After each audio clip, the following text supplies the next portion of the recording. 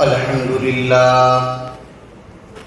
لله نحمده ونستعينه ونستغفره ونؤمن به ونتوكل عليه ونعوذ بالله من شرور أنفسنا ومن سيئات أعمالنا من يهده الله فلا مضل له ومن فلا هادي له ونشهد أن لا إله إلا الله وحده لا شريك له ونشهد أن سيدنا ومولانا محمدا عبده ورسوله الذي أرسله الله تبارك وتعالى بالحق بشيرا ونذيرا وداعيا إلى الله بإذنه وسراجا منيرا أما بعد فقد قال الله تبارك وتعالى في القرآن المجيد والفرقان الحميد أعوذ بالله من الشيطان الرجيم بسم الله الرحمن الرحيم لئن شكرتم لأزيدنكم صدق الله مولانا العظيم.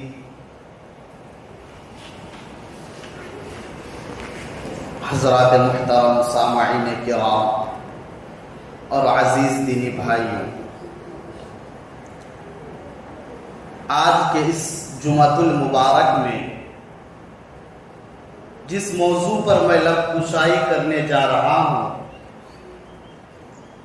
وہ ایک ایسا موضوع ہے جو ہم سب کے لیے بے حد ضروری ہے. اس موضوع میں مالدار بھی شامل ہے، غریب بھی برابر کے شریک ہے، یعنی ہر انسان کے لیے یہ موضوع جو ہے بہت اہمیت کے حامل ہے، اور وہ موضوع ہے اللہ تبارک و تعالی کا شکر. اللہ تبارک و تعالی نے ہم لوگوں کو بے شمار نعمتوں سے نوازا ہے. ہم لوگ اللہ کے اتنے نعمتوں سے فائدہ اٹھاتے ہیں جن کا کوئی حد و حساب نہیں، اور یہ خود اللہ تبارک و تعالی کا کہنا ہے وَإِن تَعُدُّوا نِعْمَةَ اللَّهِ لَا تُحْصُوهَا، کہ اگر تم میری نعمت کو گننا چاہو، شمار کرنا چاہو تو تم نہیں گن سکتے ہو. اور بات حقیقت یہی ہے کہ اللہ کی نعمت کو ہم گن نہیں سکتے ہیں، لیکن ہم لوگ اللہ کی نعمت کو نعمت نہیں سمجھتے ہیں. سانس یہ اللہ کی ایک نعمت ہے، صحت یہ اللہ کی ایک نعمت ہے، زبان یہ اللہ کی ایک نعمت ہے، زبان سے آواز کا نکلنا یہ اللہ کی نعمت ہے، چلنا پھرنا یہ اللہ کی نعمت ہے، وقت پر کھانا کا مل جانا یہ اللہ کی نعمت ہے، ہمارا دماغ صحیح کام کرنا یہ اللہ کی نعمت ہے، جمعہ کے دن غسل کر کے اچھے کپڑے پہن کر مسجد کے لیے آنا یہ اللہ کی نعمت ہے. اگر ہم نماز پڑھتے ہیں اللہ کی نعمت ہے، لیکن ہم لوگ ان نعمتوں کو نعمت شمار نہیں کرتے. آپ تصور کیجئے، سوچئے کہ رات میں ہم لوگ سوئیں اور خدا نخواستہ اگر ہماری آنکھ کی بینائی چلی جاتی تو کیا ہم ساری دنیا اور دنیا کے سارے دولت اپنے پاس جو کچھ مال و دولت کھیت کھلیان دکان مکان موجود ہے کیا ہم یہ سب دے کر اس بینائی کو واپس کر سکتے تھے؟ بتائیے کتنی بڑی نعمت ہے یہ، صرف ایک آنکھ کی بات ہے، کتنی بڑی نعمت ہے۔ ایک بادشاہ نے کسی فقیر سے کہا کہ بھائی تم اپنی آنکھ مجھے دے دو اور اس کے بدلے میں بتاؤ تم کیا لوگے؟ کہا کہ بادشاہ سلامت، اگر ساری دنیا آپ میرے قدموں میں رکھ دے تو مجھے یہ بات گوارا نہیں کہ میں اپنی آنکھ آپ کو دے دوں۔ اب بتائیے، ساری دنیا، ایک فقیر آدمی، ایک درباری، ایک غلام، ان کا یہ کہنا ہے کہ اگر آپ دنیا کی ساری دولت میرے قدموں میں رکھ دے تو مجھے گوارا نہیں ہے کہ میں اپنی آنکھ کے روشنی، میں اپنی آنکھ کو آپ کو دے دوں۔ بتائیے کتنی بڑی دولت ہے، گویا کہ ساری دنیا کی دولت ایک طرف اور آنکھ یہ ایک طرف ہے۔ میرے بھائی یہ اللہ کی نعمت ہے، لیکن ہم اس کو نعمت نہیں سمجھتے ہیں۔ ہم اللہ کی نعمتوں کو کبھی شمار نہیں کرتے، کبھی گنتے نہیں ہیں، بلکہ اللہ کی جو نعمتیں ہمارے پاس موجود نہیں ہیں ان پر ہم نظر ٹکائے رہتے ہیں۔ اللہ نے قرآن میں کہا لَإِن شَكَرْتُمْ لَأَزِيدَنَّكُمْ، کہ اگر تم میری نعمت کا شکر ادا کرو گے لَأَزِيدَنَّكُمْ، تو میں تمہیں نعمت میں اضافہ کروں گا۔ لیکن ہم لوگ کبھی نعمتوں کو گنتے نہیں ہیں، چل پھر رہے ہیں، کھا پی رہے ہیں تو اس کو نعمت نہیں سمجھتے ہیں، یہ اپنا طاقت سمجھتے ہیں۔ میرے بھائی یہ چلنا پھرنا، وقت پر کھانا کا کھانا اور صحیح ہمارے اعضاء کا استعمال ہونا، یہ اتنی بڑی نعمت ہے۔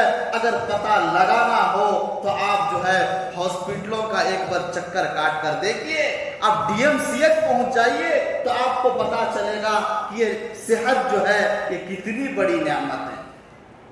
تو ہم لوگ اللہ کی نعمتوں کو گنتے نہیں ہیں، بلکہ جو چیز ہمارے پاس موجود نہیں ہے ہم ان پر نظر گڑائے رہتے ہیں۔